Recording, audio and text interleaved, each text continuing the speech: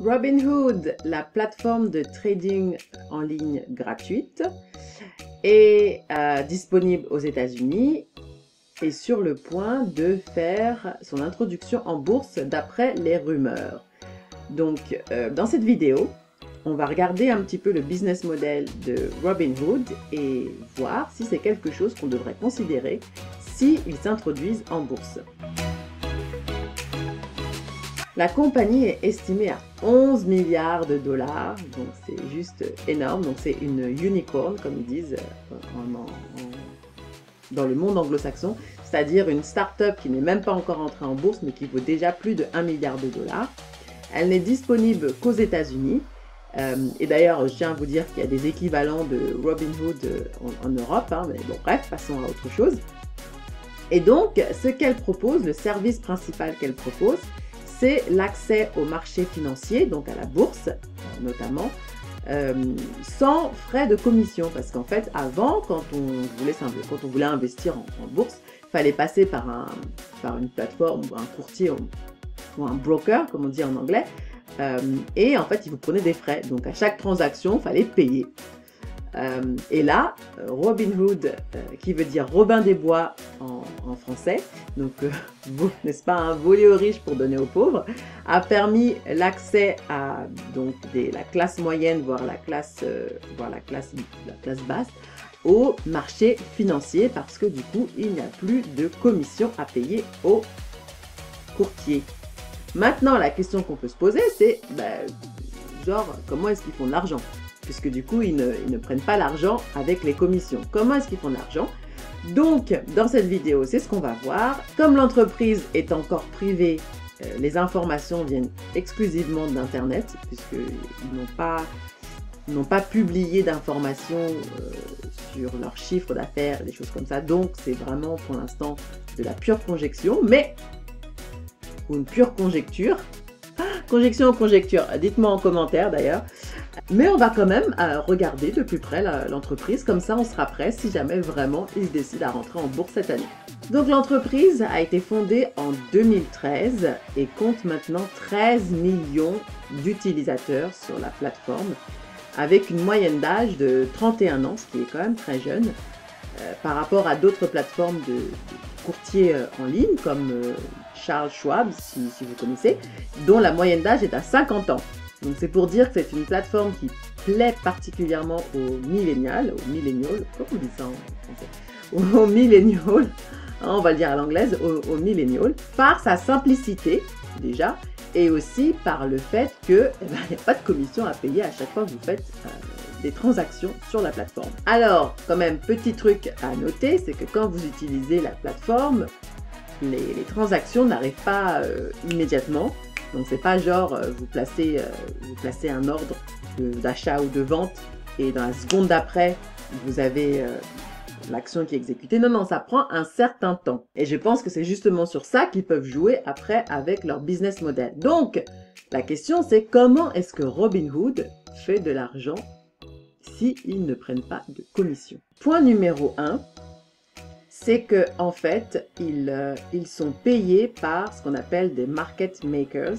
Donc, ce sont eux, les market makers, qui exécutent l'ordre. Donc, en fait, vraiment, pour le coup, Robinhood est un intermédiaire pur et simple entre l'utilisateur donc de la plateforme et le market maker. Et ce qu'en fait, lui, il fait, ce que Robinhood promet ou propose au market maker, c'est le volume, c'est d'avoir énormément de transactions qui se passent tous les jours, parce que les market makers font tout simplement de l'argent en achetant moins cher et en vendant plus cher. Voilà, tout simplement, c'est leur business model. Et avec le volume, ils ont plein d'actions, ils récupèrent énormément d'argent en fait dans ça, et Robinhood prend sa petite partie, prend sa petite commission, se fait payer par le market maker. Donc en fait, le véritable client de Robinhood, c'est pas l'utilisateur, c'est le market maker. L'utilisateur est en fait un fournisseur de Robinhood. Donc toute la stratégie de Robinhood, c'est de s'assurer que ses utilisateurs tradent ou font des transactions de façon fréquente.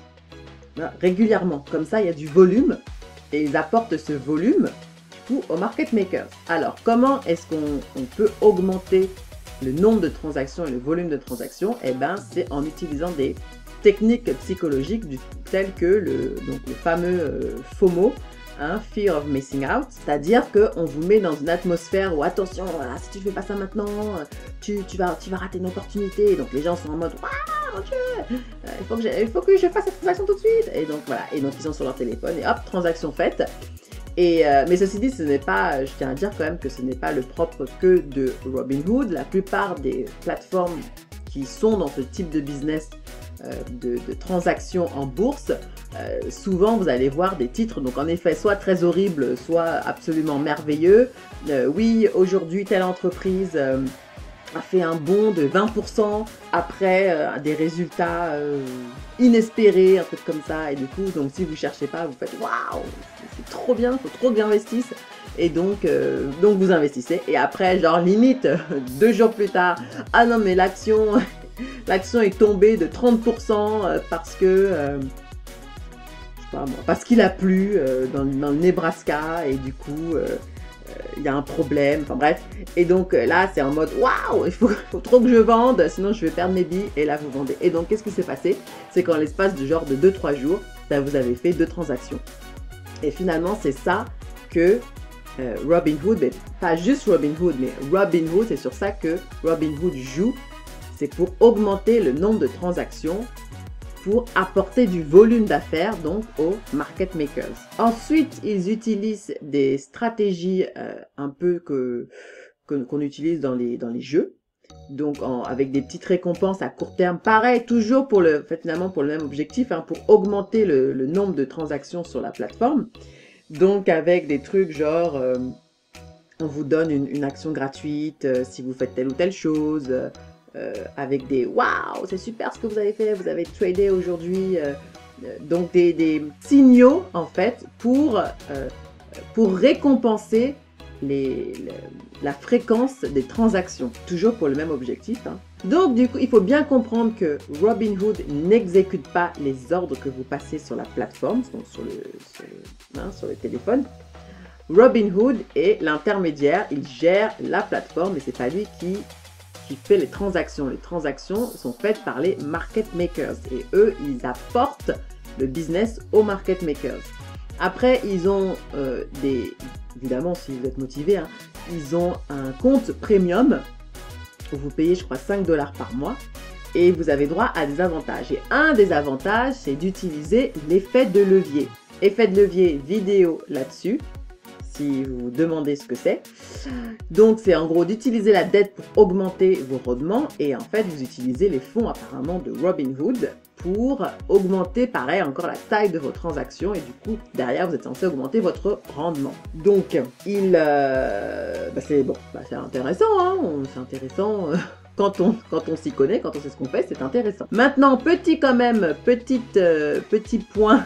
Regardons un petit peu les risques, hein, on est là aussi pour ça. Je vais revenir donc sur ce compte premium à 5 $ par mois, qui en effet, franchement, c'est pas énorme, 5 $ par mois. Mais je vois le risque derrière, parce que du coup, comme ils ont abaissé la barrière à l'entrée des gens au marché, donc à l'accès au marché financier, et franchement, c'est tout à leur honneur, hein, tant mieux. Hein, je suis sûre qu'il y a plein de gens qui aimeraient profiter aussi des rendements parce que le S&P te donne un 8 à 10% par an en moyenne depuis 50 ans. Donc c'est énorme, hein, quand on y pense.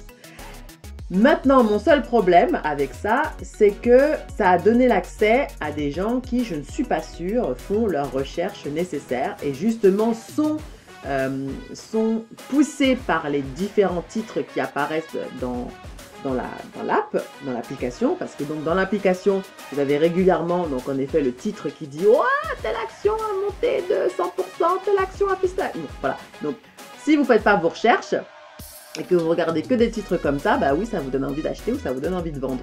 Donc, c'est quand même jouer un peu avec le feu. parce que je suis pas sûre que la plupart des gens qui sont sur cette plateforme font leurs recherches. D'ailleurs, il y a eu des histoires assez sordides par rapport à ça, de gens qui se sont retrouvés avec, justement en utilisant l'effet de levier avec 730 000 $. 730 000 $. Non mais je ne sais même pas si vous arrivez à vous rendre compte quoi. 730 000 $. Sur qu'ils devaient en fait, et même pas en plus, hein, c'était en négatif. Donc c'était l'utilisateur qui devait 730 000 $ à Robinhood et qui, bon bref, une fin sordide. Et je pense que c'est parce que en tout cas, on ne prépare pas assez les gens, on ne leur dit pas assez, mais il faut faire vos recherches, mesdames et messieurs, il faut faire vos recherches avant d'investir. Que c'est du sérieux, c'est votre argent. Si vous jouez 20 $, 30 $, bon, c'est pas forcément un problème, mais quand on commence à jouer des sommes vraiment importantes qui peuvent avoir un impact sur votre façon de vivre, moi je suis de l'avis qu'on ne devrait pas les laisser comme ça, utiliser de l'effet de levier. L'effet de levier, c'est merveilleux quand ça va à la hausse, mais c'est tout aussi désastreux quand ça va à la baisse. Donc, de laisser les gens comme ça, sans se poser un petit peu la question, est-ce qu'ils ont une certaine, d'abord, éducation financière? Est-ce qu'ils comprennent les chiffres? Est-ce qu'ils comprennent l'activité des entreprises dans lesquelles ils investissent? Bon, moi, je suis pas fan, hein. Alors bon, hein, chacun son truc, mais ça, c'est un truc, je me dis, c'est juste une bombe à retardement. Que je n'ose même pas imaginer. Parce que aussi, je tiens à dire que les autres plateformes traditionnelles de courtage, vous me direz en commentaire, hein, des fois je me mélange avec mon anglais, et ben elles proposent, parce que vous devez payer, elles proposent du coup ce qu'on appelle des rapports, des research sur différentes entreprises qui sont cotées en bourse. Donc au moins quand vous arrivez et que vous ne savez pas trop par quoi commencer, vous pouvez déjà commencer à lire ce type de rapport qui va vous donner une idée de l'entreprise, de ce qu'elle fait, des chiffres, est-ce que ça va, est-ce que ça va pas, voilà, une petite idée et pas juste vous baser sur les titres. C'est ça, c'est une très mauvaise façon de trader en se basant juste sur les titres. Or, malheureusement, ce type d'app, d'abord parce qu'il n'y a pas énormément de place sur un téléphone, donc on ne va pas non plus passer des tonnes de temps à remplir ça avec du texte et des rapports. Donc on joue sur la rapidité, les titres chocs, pour déclencher une réaction de la part des utilisateurs. Merci, hein, si vous me suivez, bien sûr, évidemment, ne pas faire ça.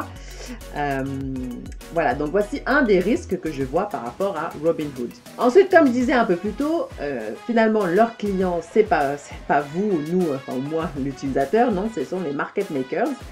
Donc c'est eux qui payent Robinhood dès qu'ils apportent en fait un volume de transactions à faire qu'ils exécutent. Il y a eu plusieurs plaintes auprès de la SEC, qui est en fait l'instance qui régule les marchés financiers. D'ailleurs, c'est pas pour rien qu'il y a une instance qui régule les marchés financiers, c'est parce que justement avant, quand c'était la jungle, le western et on faisait tout ce qu'on voulait, il y a plein de gens qui ont perdu leur chemise.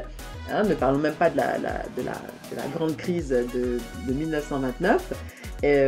Bah oui, c'est parce que c'était pas forcément très bien régulé. Bref, tout ça pour dire que certaines personnes se sont plaintes parce qu'il y a une certaine opacité dans leur relation entre Robinhood et les market makers.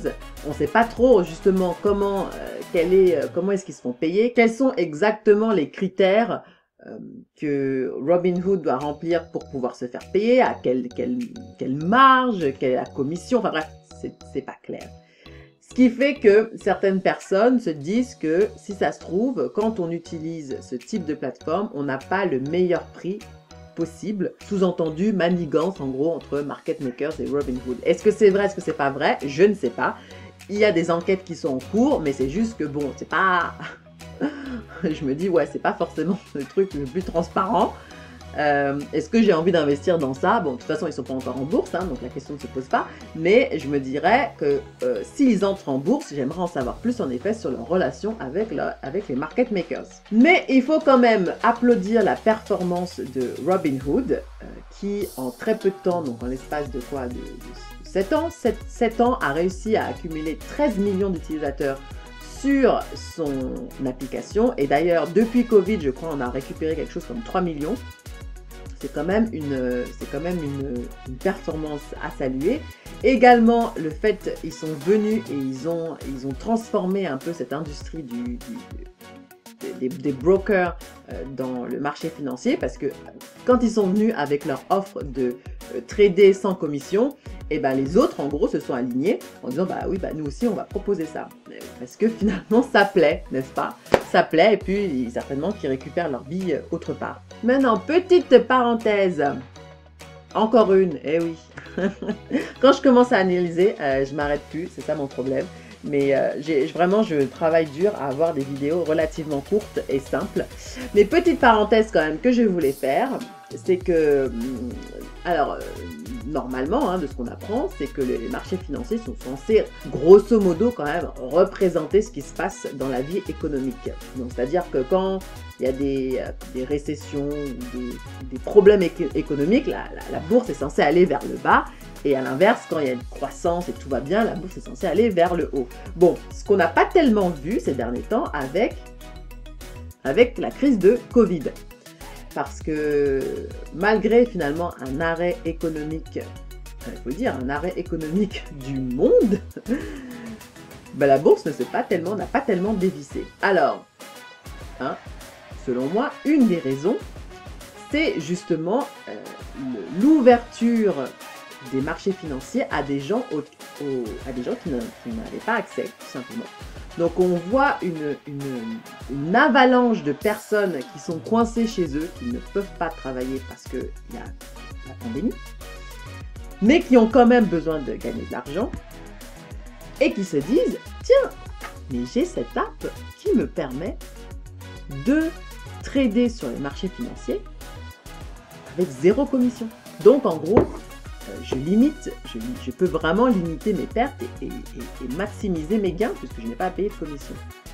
Et donc, je tiens à rappeler que Robinhood a gagné 3 millions de personnes pendant Covid. Ces 3 millions de personnes se sont mises à trader.